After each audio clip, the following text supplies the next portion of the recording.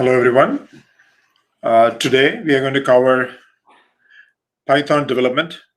We're going to create microservices using Python, and it's going to be on Kubernetes. So we are going to deploy an IDE and develop a few microservices, very simple ones, and test them using a URL. So joining with me today is Sanjeev.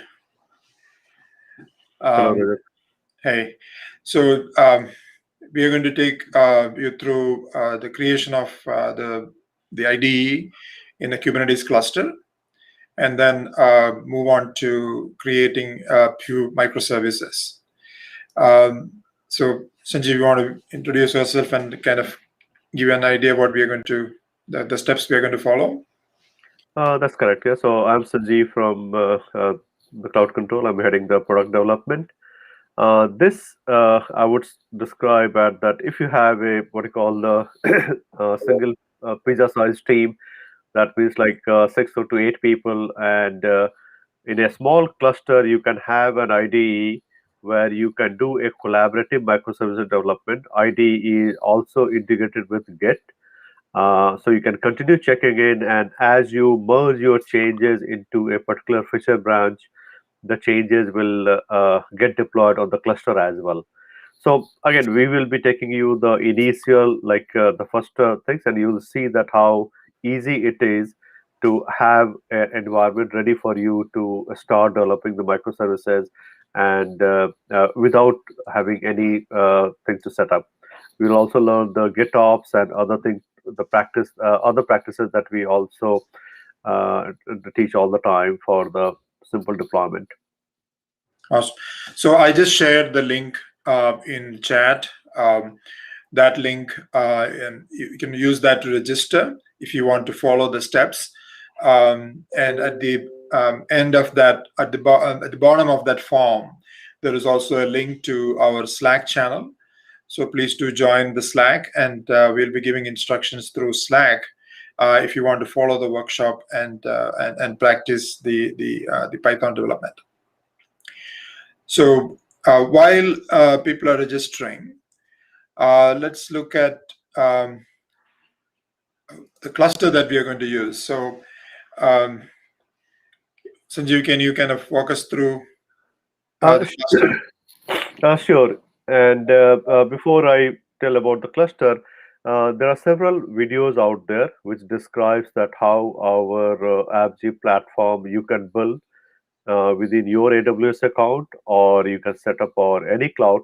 We are getting very close to getting on the AWS marketplace, so you should be able to build that. And those videos also describe that with a single clip, you will get a fully a cluster built. It will have a lotus.cloud URL, and it will be a cluster built on the 3 EC2 instances in the case of AWS, and 1 master node and 2 worker node. And as you can see that we take the 3 EC2 instances, converts that into a microcreate Kubernetes cluster, and put our platform on top of that. And that we do the entire process is self-service, takes a half an hour to bring it online. So the IDE, most of you that will be deploying will be getting deployed on a similar cluster that was built just an hour ago, and ready for us to kind of like the go live for people joining this workshop, and they will be deploying IDE as a workload, which will be running on one of the nodes, and on in that IDE you will be practicing the microservices development. A few more things about if you look at the and as you will be doing the development, you can see that while you are developing the load balancer, ingress, like all those things are already kind of like taken care of, and you don't have to worry about it. And you will see the magic that you are developing it, and you go to a web URL, or you just click on the IDE itself, the web URL, and your program is running there. So again, we will go through the entire things, and any question, ping us on the Slack channel or other channels that are open for questions, and we will answer that. I'm sharing my screen now and I'm filling the form. Yep. I already have the Slack channel ready, so I'm going to submit. Now, once you submit, we will direct message you the activation link to go to the dashboard. So please wait in Slack, and we'll provide you with the activation link.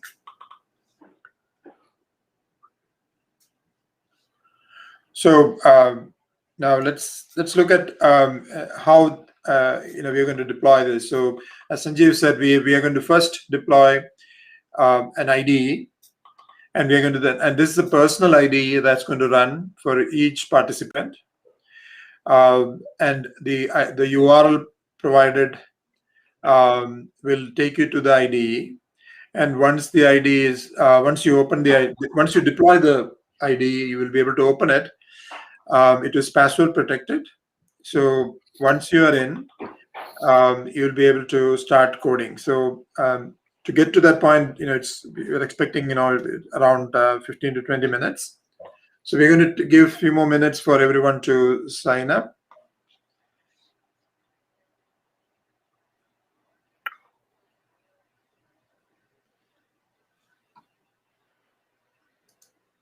So Sanjeev, while we are waiting, right, can we talk about the how we are deploying? What is the role of Git, and how are we getting the IDE deployed?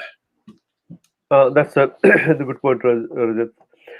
So as you will see, and we will be walking you through this process, you will be forking one of our the repository, that's the IDE, and you will be setting up a webhook, and we will walk you through that process as well. So all along, you will be interacting with just the web interface on your Git, your Git profile, and creating like forking our repository and doing a commit. When you do that, as you can see that that triggers to a link to our AppZ platform, because the changes you will be making in a manifest file, we call it like AppZ YAML, and that has the whole workflow defined, that what will happen if you make a commit in that file or in that repository. It will trigger a deployment process. It will merge with what we call the AppZ stacks. That is where the core binary of the AppZ IDE is stored. And that IDE has lots of capability that you will be experiencing. And all you are providing in your commit is setting up a credential that we will be using a like open source tool to set up a hash, and that is something that only known to you. So you will setting up a user and password, and handing it over to AppZ platform to pull the AppZ stacks image, merge with your credential, and create an ID platform for you in the Kubernetes cluster. In this case, Kubernetes cluster is the same that I talked about. It's AppZ platform running in AWS cloud, and we brought the cluster an hour ago. At the bottom, you see the observability. That's our dashboard, and based on the activation link that is getting sent out to you once you fill up the Google form, you will log into our AppZ dashboard, and as you can see, you will see there initially you will not see any application deployed, but as you go through this process for IDE repository and make a commit, you will start seeing that an AppZ IDE is getting deployed under your user account, which you can observe from the dashboard. And this whole build process, deployment process, and even you monitor that how much resources your AppZ IDE is consuming. Each one of you will have like your dashboard, and you are seeing only your IDE getting deployed, and you can monitor it end to end. All right. See that folks are joining. So I'm waiting for my activation link.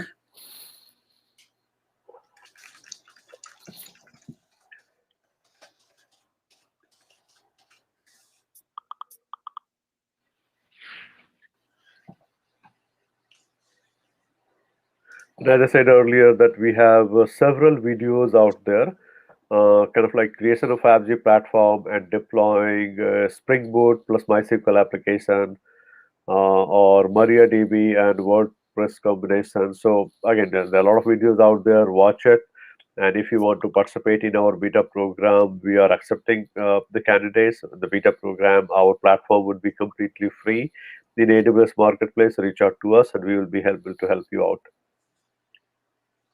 All right, I got my activation link, so I'm going to share my screen again and use the activation link to activate my account. So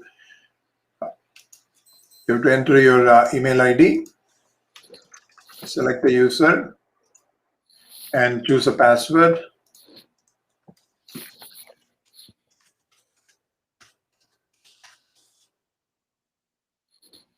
Once you enter your email,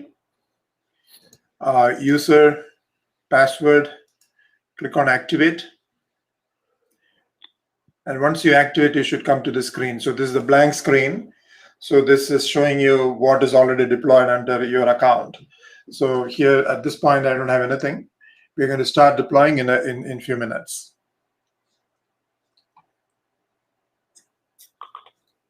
So again, as Sanjeev said, I'm going to start by going to git clone a repo that is already created. We're going to fork it and then add the webhook and then commit a change so that it will trigger the deployment of my personal IDE. So let's give it another minute to start. And Rajit, why don't you, so the next picture, I'll explain that where this dashboard is running so that. Sure, go ahead. So as you can see that on the cluster, on the master node, most of the AppZ platform related components are running in the containerized format, and the dashboard is one of them. As you can see that AppZ Dashboard is running here. Our platform also, which is the GitOps deployment engine, is also running, which will be accepting the webhook from the Git, and the rest of other Kubernetes components like etcd and all. So we install most of our components on the master node and make the complete Kubernetes cluster usable from the GitOps perspective right out of the box. You don't have to learn the Kubernetes, you don't have to learn the Docker technology, and you don't have to learn the cloud. You simply get a platform which is GitOps ready. You focus on your application development in your favorite language. Today we are covering Python. We have already in our previous video we have covered the Spring Boot and WordPress. Watch those videos, and you focus on your application development, and the cloud and the Kubernetes, these complex technology is available to you with a simple manifest file which you can integrate in your Git repository. All right, I'm sharing the Slack URL as well.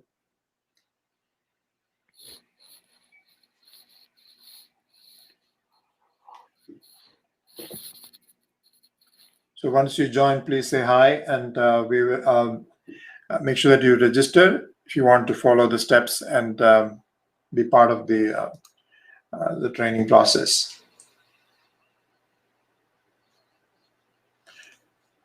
So now I'm going to start. At this point, let me share the link to the repo that we're going to clone.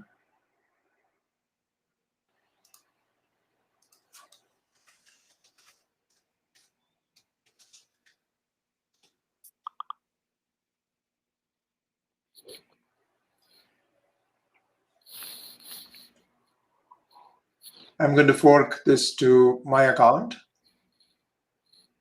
Are you sharing, Rejith? Yeah, I'm going to share it.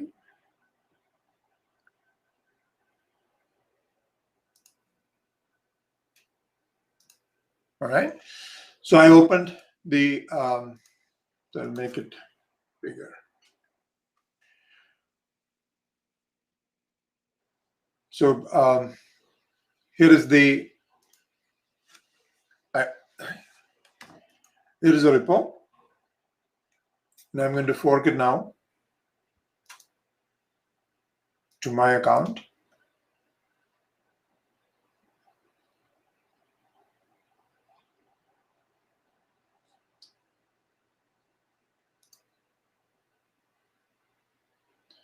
So Sanjeev, while we're waiting for everyone to sign on, can you kind of walk us through the content of the AppZ YAML, which is in the root of the repo?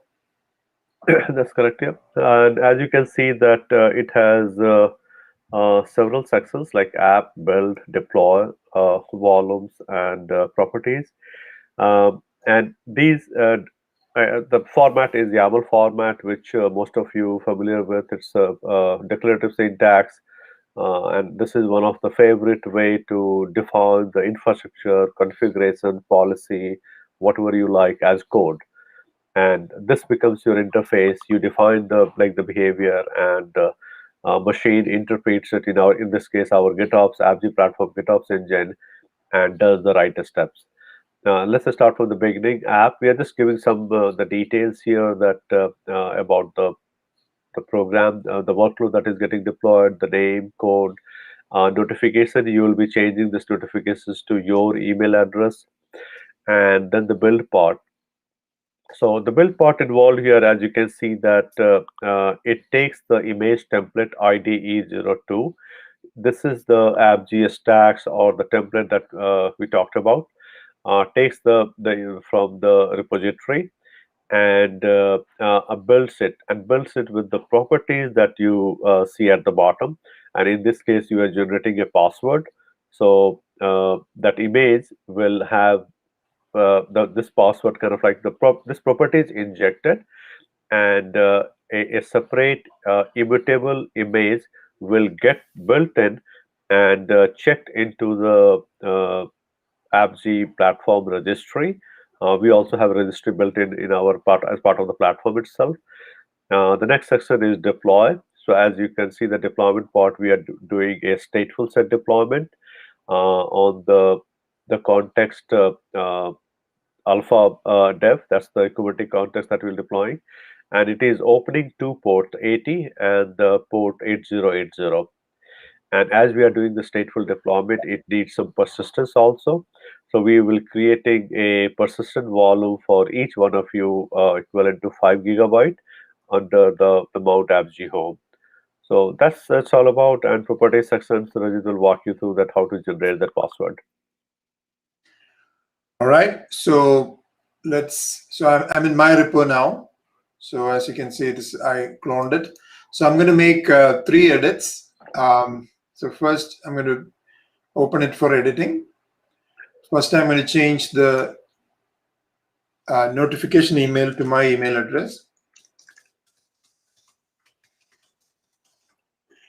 Then I'm going to change the context to match my Git ID. So, and then I'm going to regenerate the password. So this is the default password that came from the other repo. So in order to change this, so the ID is protected using a password hash. So I'm going to give you a link to go and get this hash generated using your own password. So the link is shared in Slack now. So I'm going to open. So here is the link. I'm going to use user ID as AppZ, and password, I'm going to enter my password. And then I'm going to choose bcrypt as the mode, and then click on create HT password file. Now, at the top of the screen, it is giving you the password hash. I'm going to copy that, come back to the AppZ YAML, paste it, and I'm going to commit this change. I'll wait a few minutes for everyone to catch up, and then I'll add the webhook. A couple of points about the password hash. Make sure that when you copy the AppZ part also, AppZ colon and the password hash that gets generated. So this password has the user ID as well as the password both kind of like embedded together. Make sure you do that.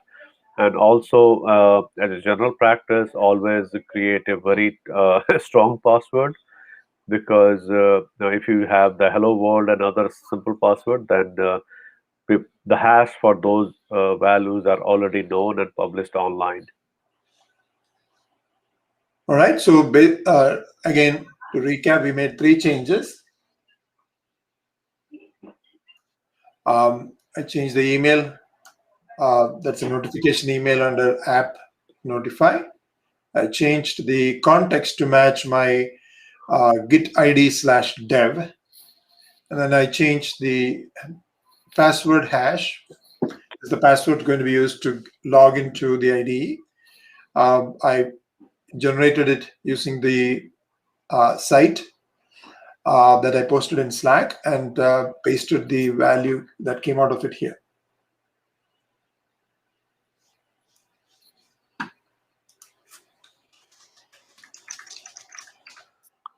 Then, as you can see, that the context Rejith /dev that defines the different namespace. So each one of you, we are creating the logical separation, so that your workload, in this case IDE, is running in a separate namespace. That's a Kubernetes concept to isolate the workload, and this way, like they are not interacting with kind of like each other, and you have a separate logical place to run your workload.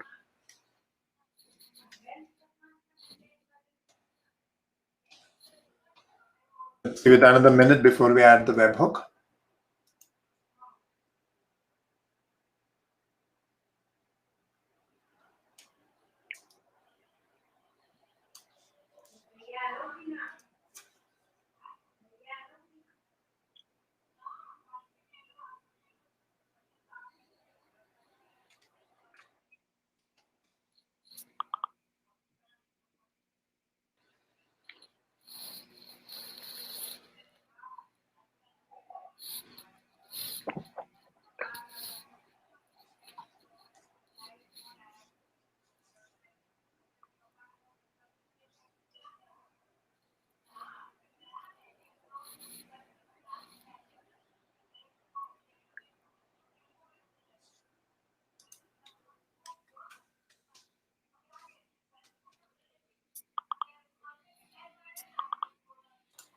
So talking about webhook, it is one of the most convenient way to integrate your Git repository with a deployment platform. Okay, so let's add the webhook. So in order to add the webhook, I need to go to settings under your same repo, and I'm going to click on webhooks and then hit add webhook. I'm going to place the URL. So I pasted this URL in Slack, change the content type to application JSON, and then go all the way down and add webhook. So now it's added. You should see that it's added, and it's added for push.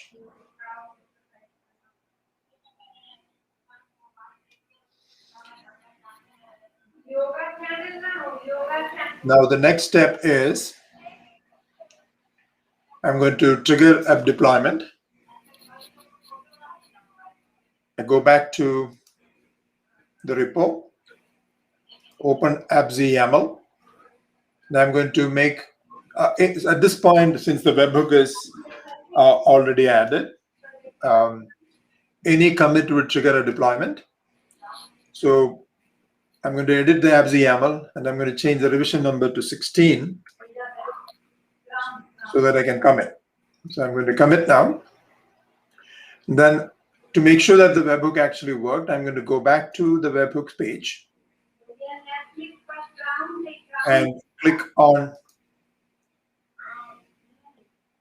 the webhook, and you should see that it's successfully delivered. Now, at this point, if you look at this diagram, what I did is I was acting as a developer, and I committed the change to GitHub, and now the webhook is triggering the AppZ platform to deploy the IDE into the Kubernetes cluster. So let's go back to the dashboard and reload it. So you can see that the IDE has been successfully deployed. Let me walk you through a couple of items here that you can look at. So this is purely from a Kubernetes and build and deploy standpoint. So you can see that it's deployed in this context, Rejith/dev. And Rejith, I am seeing a different screen. Can you? Oh, sorry. So, yeah. I just refreshed the dashboard, and I'm looking at this record, which says this AppZ IDE was deployed, and you can see the timestamp. Now, in order to see the build log of this deployment, you can click on success here, and it will show you how this image was built. So and it looks like it is it's built and pushed into a repo, and after that it deployed, and here is the deployment log. And if you're interested to know about the Kubernetes commands that we used, or the Kubernetes manifest that we used, all of them are automatically generated, but it's also logged here. For example, if you scroll down to, so if you want to see the actual deployment manifest, let me find. So here it says, deployment YAML complete. If you click on the D next to it, you can actually see the actual Kubernetes manifest that we used to deploy this.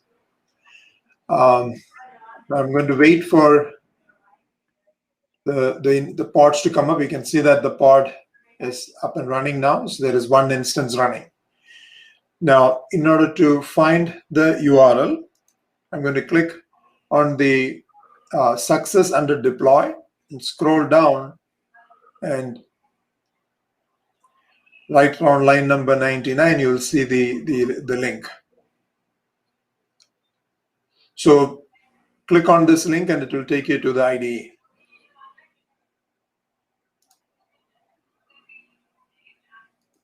So it's still coming up. Need to wait for a few more minutes.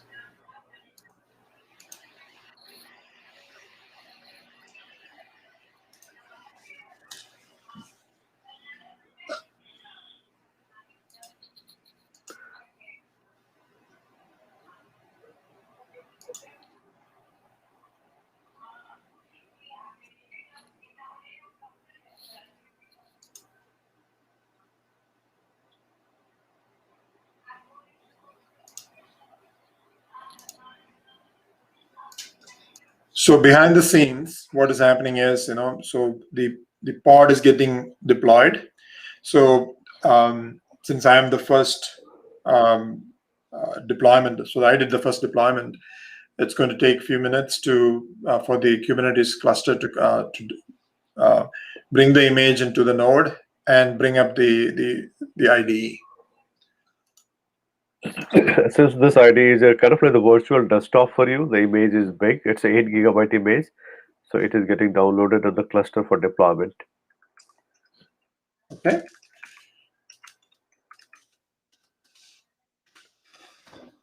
So when it is done, you should see this prompt. So use the since I use AppZ as the user, I'm going to enter AppZ under username, and I'm going to enter the password that I chose when I created the hash. So you can see that the IDE is up now. So now we are ready to start working on the Python code. So I'll give it a few minutes for everyone to catch up to this point. So for those of you who are looking at the deployment record here, to get the URL, please go to success under deploy and scroll down to somewhere around line number 99. You will see the URL. So you click on that URL to get to your IDE. So again, this is a personal IDE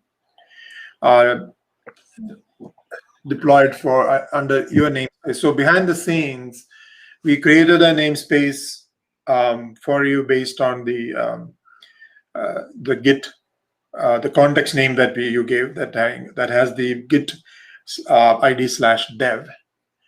So this is right now running under that namespace, and we also created a URL. In this case, the app URL is pointing to the IDE.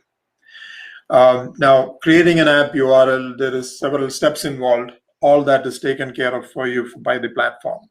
So we created the ingress, then we generated a certificate and created a load balancer and assigned a URL to it.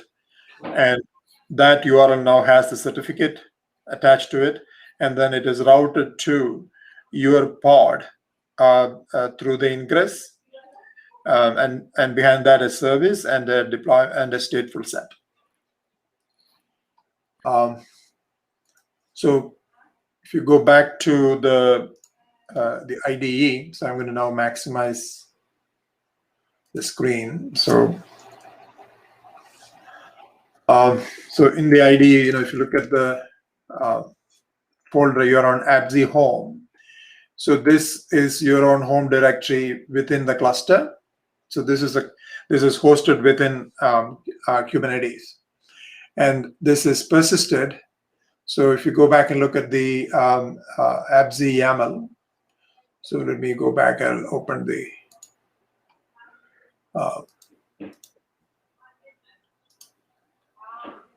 so this was defined here.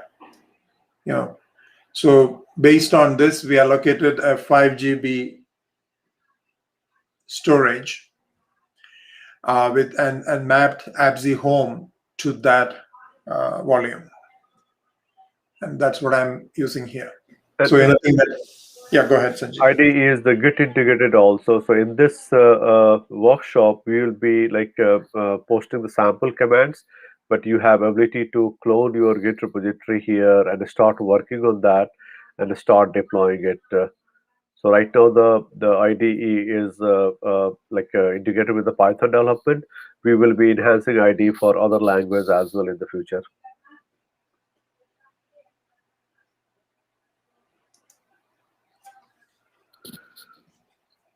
Okay, I see that someone is asking for Vimal. Okay, thanks for joining. We're going to DM you the activation link. Rejith Reddy has a question. How does it different from Argo CD? You want to take that, Rejith? Yeah, sure. So there are several use case overlaps. So what we do different than other pipelines is that the pipeline itself is automatically generated. So based on the AppZ YAML, we generate the pipeline for you automatically. Now, in addition to creating the pipeline, so pipeline creation and management is a painful part, right? So sometimes, there are DevOps teams and SRE engineers maintain them. So here what we are doing is the platform is automatically generating it for you. And now the second part of it is, if you look at the repo, so let me go back to the repository. If you look at the actual repo, there is only one file here, right? So the idea here is the Docker image, the engineering behind how the image is structured, all that is taken care of for you. You just mentioned, if you look at the AppZ YAML, you just mentioned which image template you want to use. In this case, it's IDE 0.2. which is part of what we call as an AppZ stack. So it's a collection of images that are curated, secured, and ready to go. That is in our catalog. You basically use them by simply mentioning it in the AppZ YAML. Now, once you mention this, once you create this AppZ YAML in a repo, you add the webhook and you commit. Now, when the commit reaches our side, so if you look at this diagram here, when the commit reaches the AppZ platform, we automatically generate the pipeline based on the type of image and the type of YAML that you committed, and we're going to take parameters from the YAML file and figure out how to generate that pipeline. And we also figure out what image to use and to which cluster it should be deployed based on the context, and all the manifests that are required to bring up the workload and direct traffic to that is all automatically generated. There are several manifest files that we create, and those are all created on the fly. And then at the end of it, you get that URL. So, and if you watch, there are other videos out there. So we have, from the point at which you have an AWS account where you can run a CloudFormation template, we have a marketplace product that you can use to, using a single click, bring up the cluster. And once you bring up the cluster, all you need to do is go to your Git repo and start pushing the images. Now, we have created several sample repos out there under eCloud control. You just have to clone them and put the webhook, and it will start deploying. And then you can bring in your code. So it could be Spring Boot, it could be Node.js. We have images and templates for most of those popular workloads already. Now, let's go back to the IDE. So at this point, what we're going to do is we're going to start working with the IDE to create a microservice. So let's start by creating a new file. Rajith, you are not sharing the new screen. Thanks, Sanjeev. Yeah, I keep forgetting that. Okay, there you go. So now I used the file new to create a new file. And in that, we are going to paste a piece of code, which I'm going to paste in Slack first. So here is the code. And I'm going to then save as, or save. And I'm going to call it app.py. And hit save. Now, here you can see that it is importing a library called Flask. And using Flask, we are going to create, this is a microservice, and it is implemented within app.py, which is the Python file. And then within that, I'm basically creating two methods or two API calls, one for slash, which is going to call hello world. And then for API v1, I'm going to call this function and return this. Now, once I save this, you go to the bottom panel, which this is an Ubuntu terminal. Now, all I need to do is say Flask run. Now it's started the Flask server with this Python file. Now at this point, if you go to the Flask endpoint and do a slash, which is the root of the URL, it should display this. Now, how do we get there in this situation? We have automatically created a different URL for you to test this. So the way you reach that URL is you go to AppZ IDE menu and hit web server. There you go. So this is the slash which is now saying welcome to AppZ IDE. Now let's make a change. I'm going to go back and say,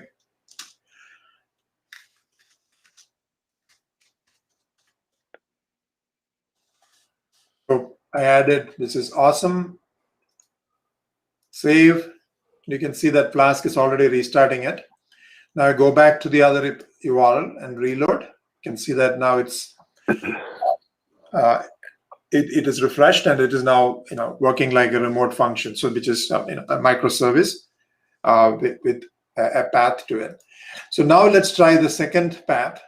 So this is the second API call, API-v1. So for that, what we need to do is go to the same URL and type /API/v1.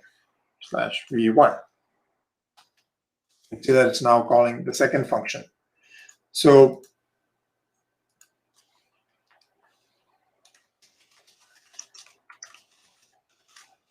we made a change, saved it. Now let's go back and reload it. You can see it's now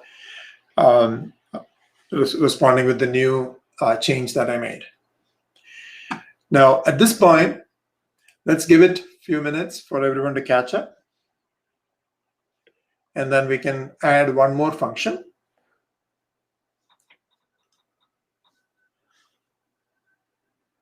So again, going back to the second URL.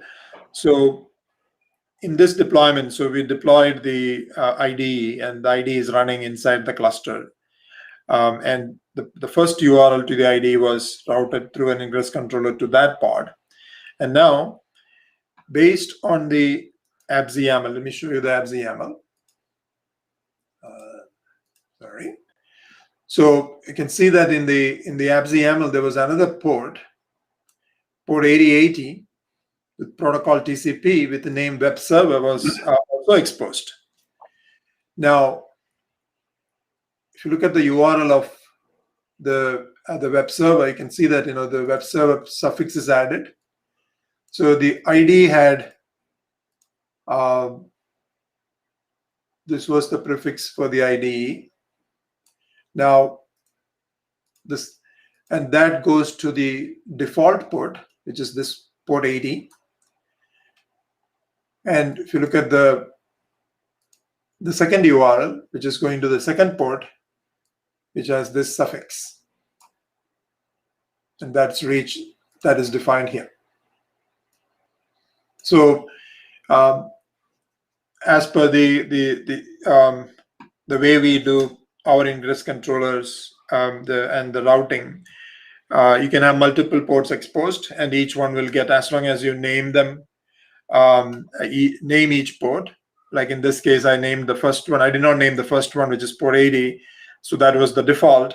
And then every port that I'm adding, I can just name it, and it will create a separate URL and certificate for it and route the traffic to that port automatically. And as you can see, the certificate is automatically generated, and you can see that lock here. That means it's an SSL connection, and it is going through our routing mechanism, which we created on the fly.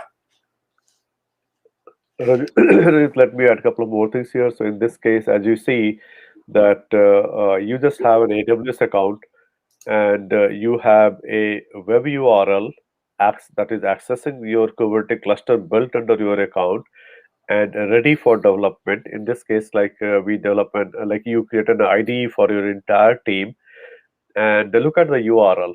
It is the lotus.cloud.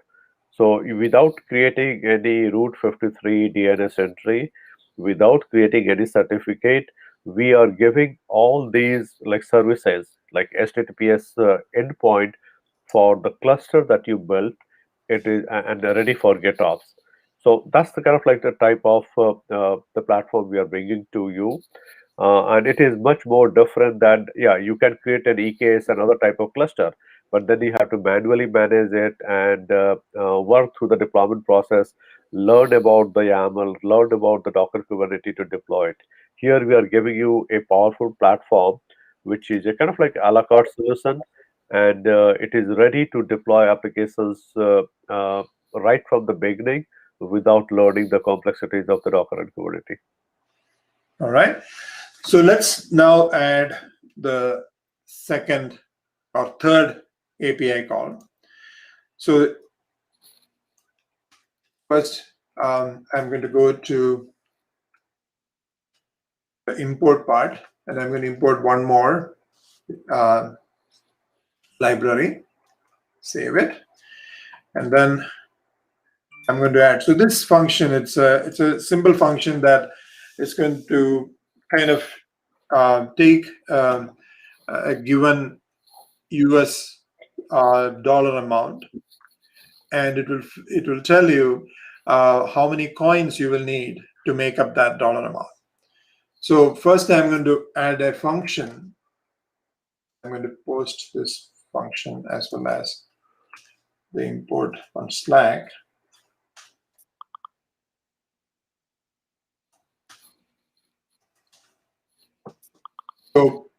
So now I have this change function, which given an amount, it's going to give me a JSON response of how many coins it will take to make up that amount. Now that is, so this is just a function right now. So I need to now make it a Flask API method by adding a route. So the way I'm going to add that is I'm going to paste that in Slack first.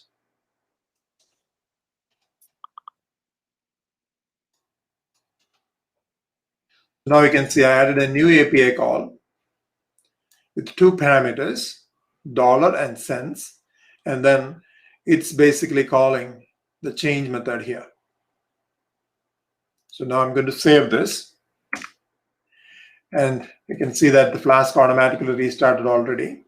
And now I'm going to go in here and change this to change slash, say 10/78. There you go. So you can see that the function responded saying that it needs 43 quarters and 3 pennies. So again, let me expand the screen so you can see. So the different parts of this microservice in Python is that so we imported Flask and we created the Flask object, and then we used that object to create the route. So here is the first route, which is a /API call, and we associated a method with that.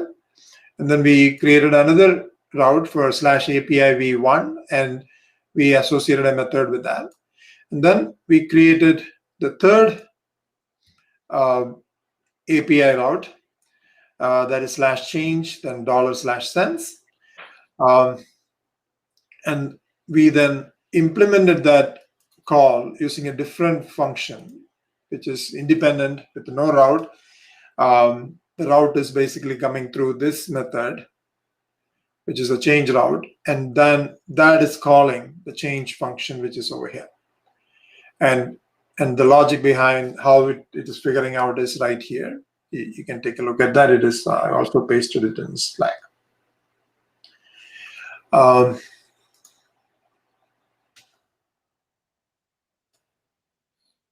So now, Rejith, while people are still doing it, why don't you tell us more about the microservices pattern of development? Yes, yeah. So microservices architecture or pattern is the kind of the most popular pattern that we use in application development today. I'm sure just by attending this workshop, you must have already consumed or used 50, maybe 100 plus microservices implemented by YouTube, Restream. So we are using the Restream as our platform to stream this. So the way most of the modern applications are written, they use this API layer, and behind the API layer we have these microservices. For example, in order for you to join this meeting today, you have to create, you have to sign on to YouTube. So YouTube must have used behind the scenes a sign-on microservice, then maybe a session microservice, then show video microservice. So every function that, or every step that you need to go through to get to a point to watch the video, the behind the scenes, the architecture would have called invoke multiple microservices to get there. So, and this is the same thing, all of us watch Netflix, and if you Google Netflix microservices architecture, there are several videos and also diagrams out there. These services use hundreds of microservices, and they are spanned across multiple regions in the cloud for resilience, and also to make sure that you get the best performance. So the idea behind microservices is to split the actual function that you want to achieve into multiple small pieces and have them managed and maintained by different developers. So knowing the microservice architecture is important in today's world. Python is a really good and easy way to start. You can do amazing things with Python. In the coming weeks, we will be demonstrating few other videos and workshops using Python to develop microservices. By the way, our platform is also written in Python, and we have close to 50 microservices that we can. So as we were using our workshop, we consumed close to 50 microservices running within the cluster. So, all right. Anything else you want to add? So I think we are coming to it's about 52 minutes. So for those of you who are in Slack, please do continue interacting with us in Slack. We will we'll continue to support you. And any questions, please use Slack to reach us, and we'll be happy to help you out. Now, our platform is going live. It's in beta right now in AWS, and we are also in the coming months we are going to be available in other cloud provider platforms as well. So this coming week we are going to be live in AWS Marketplace. We are already certified to go live, and the platform is also certified by Kubernetes as a certified distribution. Now, once it's out there, during the first several weeks, we consider it as our beta extension. There won't be any charges from our side, but after that, the charge for managing a cluster is about 2.25 cents an hour per core. Sanjeev, you want to add anything there? I think that's so. Yeah, and as you can see, that the platform has much more than individual tools. So I would say that a similar type of platform you can hook together by consuming like 10 different software, maybe Argo CD, maybe Rancher, maybe like the Bitnami, maybe some other tools, Hashicorp Copper Vault. One thing I wanted to mention that a lot of these tools we know like are required for the day-to-day operations. We have baked them in the platform, and our goal is that to give you a comprehensive platform which is ready for GitOps right out of the box, and it is ready in any cloud like within half an hour. AWS Marketplace is the first where we will be enabling kind of the self-service to deploy the platform. Other marketplaces like Azure, Oracle, Linode are coming in the next quarter. Awesome. So to summarize, right? So I think the way we see the cluster and the cloud infrastructure is it needs a low touch mode, right? So what we are giving you is as our URLs. I don't know if you noticed our activation URL and the dashboard URL. It is using a domain lowtouch.cloud. That's what this cluster is all about. We are giving you a zero trust, low touch cloud experience where you can focus on developing the application, solving a business problem, rather than getting stuck in the complexities of the underlying cloud. So all that is taken care of for you. And in the coming weeks, we're also going to cover the different types of images that we already package along with the platform. So we plan to be live every week, and each week we are going to showcase one image. For example, today we were showcasing our IDE image. Next week, in the next couple of days, we'll publish another event, and that event will focus on another image. So every image comes curated. It's secure. We scan them.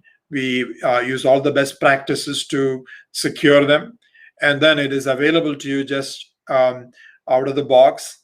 And once we go live in AWS, you should be able to use it right from the AWS Marketplace. So thanks everyone for joining. So I'm going to stop the video now, but we'll continue in Slack. One more thing. Sorry. So this cluster that you have been using will be available for next 24 hours. So feel free to continue using the IDE platform that you have built. Try out the different Python code if you have. If you have any questions, we are available on the Slack. Reach out to us, and also reach out to us if you want to participate in our beta program. Thank you. Thanks everyone. We will continue in Slack. Please do ask any questions, and we can help you out completing the workshop there. Thank you.